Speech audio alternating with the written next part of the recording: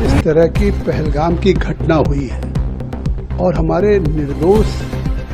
पर्यटकों की हत्या उनके बच्चों और उनकी पत्नियों के सामने हुआ है। इस आतंकवाद की घटनाओं में स्पष्ट हो गया है कि आईएसआई और सीमा पार के उस पाकिस्तान की आर्मी आसिफ मुनीर के जो उनके सेना अध्यक्ष हैं उनके उकसावे पे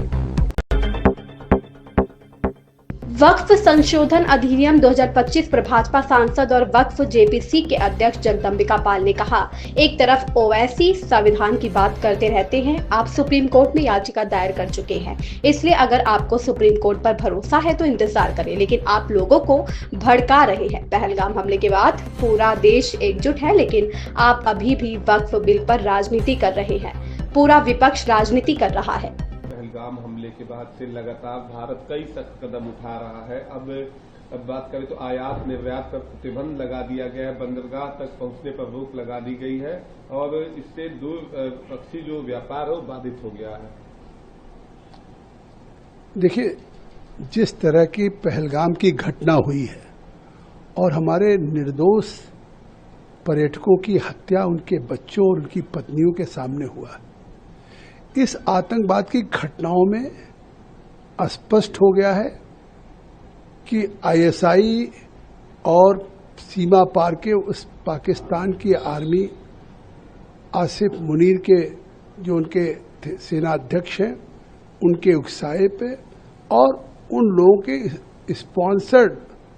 किलिंग्स हुई हैं और इस पे निश्चित तौर से उन पीड़ित परिवार के और पूरा देश जो आक्रोशित है उनके आंसुओं का हिसाब उनको चुकाना पड़ेगा। और प्रधानमंत्री श्री मोदी जी ने स्वयं इस बात को कहा है कि हम पहलगाम के उन आतंकवादियों को और उनके जो आका हैं या उनके संरक्षण देने वाले लोगों को ऐसी सजा देंगे जिसकी कल्पना भी नहीं होगी। और इसका संदेश पूरे विश्व में गया है। पूरा विश्व हमारे इस आतंकवाद की घटना में हमारे साथ खड़ा है और सभी